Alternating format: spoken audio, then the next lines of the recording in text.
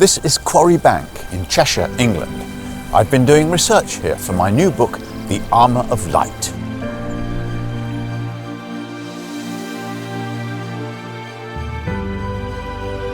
Today, Quarry Bank is an idyllic tourist destination and a fascinating museum run by the National Trust. And it was a mill, a lot like this one, where the characters in The Armour of Light would have worked 14 hours a day, Monday to Friday, and 12 hours on Saturday, weaving cloth at machines.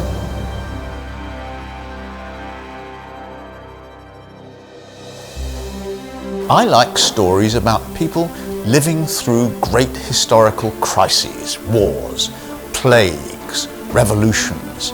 They have to continue with their everyday lives, making a living, falling in love, raising their children, while the whole world is in convulsions all around them. I was drawn to the Industrial Revolution by the conflicts it created: bread riots, machine smashing, and violent resistance to conscription. But first, I wanted to understand the machines that revolutionized ordinary people's lives. So to spin, you're going to need to turn the wheel, and at the same time, with your left hand, you need to have your thread just sitting under the spindle. So as you turn the wheel, it's going to flick off the end and add some twist. There we go, add a bit more twist.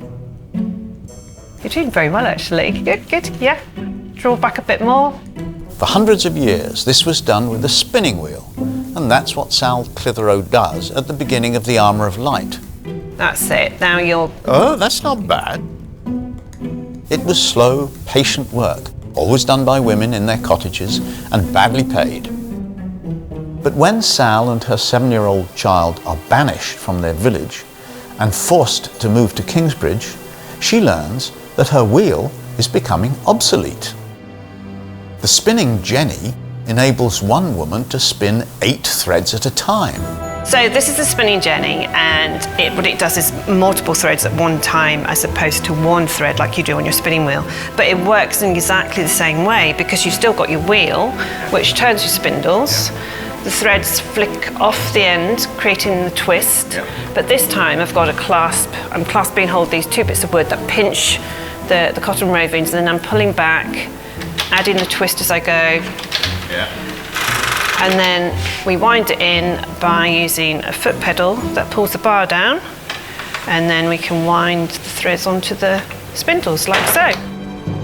Sal no longer works at home but in a mill with dozens of others, and the spinning machines got bigger and bigger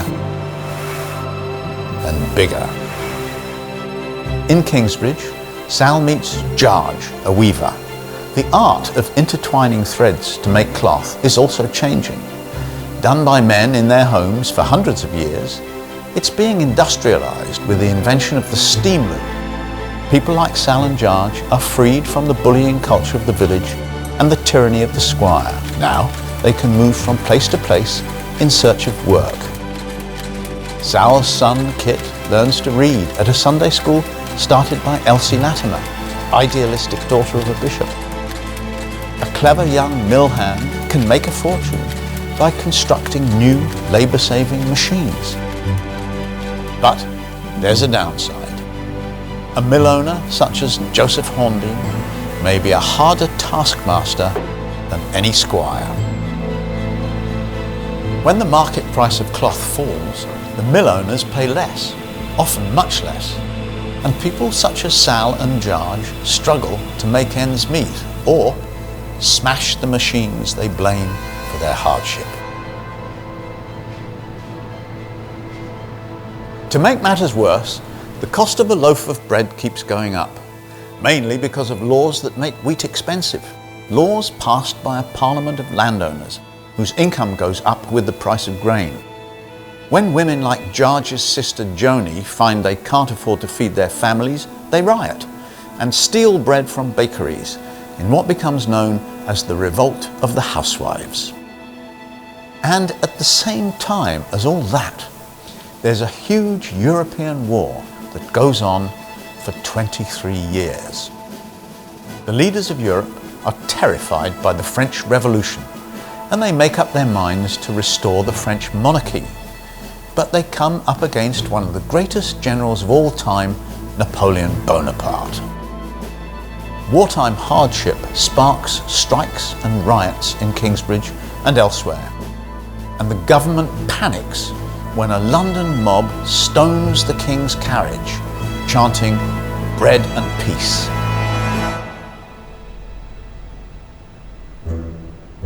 Many of my characters go to war, though not always willingly. Kit is conscripted into the Homeland Militia.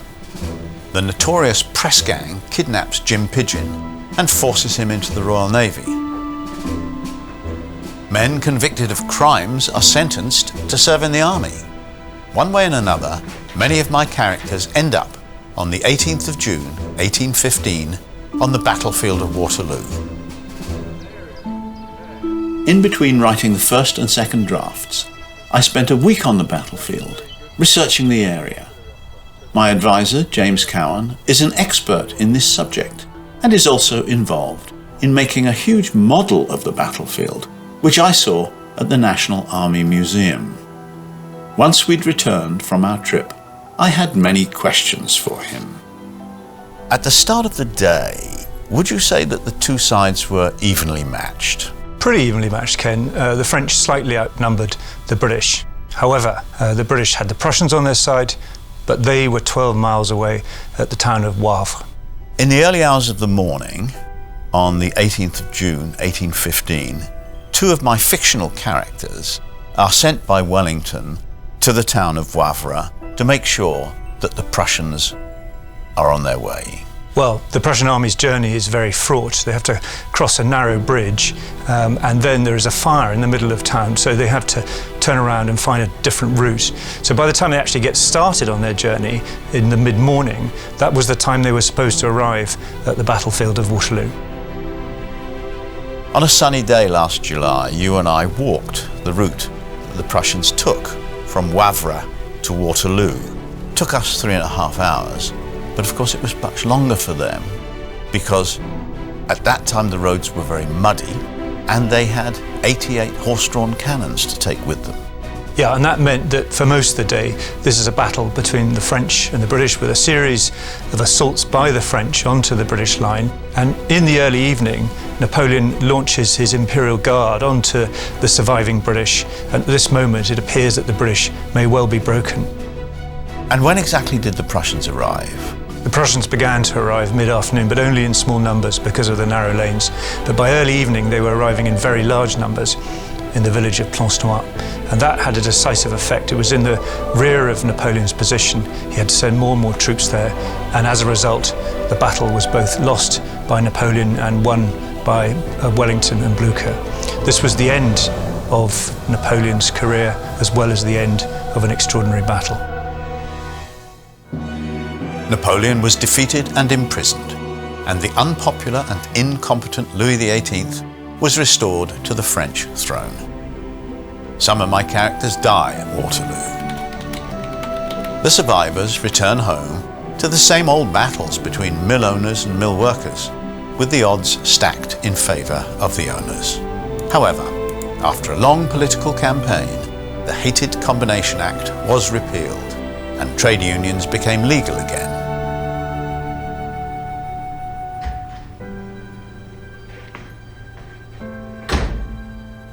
The Armour of Light completes an 8-volume cycle of novels which together chronicle the last 1,000 years of Western civilization. I didn't plan it that way. I always just wrote the most exciting story that I could think of. But this bookcase contains one copy of each of the editions and translations of the books that I've written over the past 50 years. And when I look at this bookcase and think about these stories, I can see that there's a theme to this body of work, and that theme is freedom. I get angry about bullying, dictators, war, racism, injustice, and I really admire people who have protested against those things. The suffragettes, civil rights protesters, union leaders, religious minorities, and of course the rebels, From Jack Cade to Martin Luther King, I've spent my life recreating their struggles in my stories. And I know the battle isn't over yet. But if we take the long view and consider the progress that we've made since the Middle Ages, one thing is clear. We're winning. We are winning.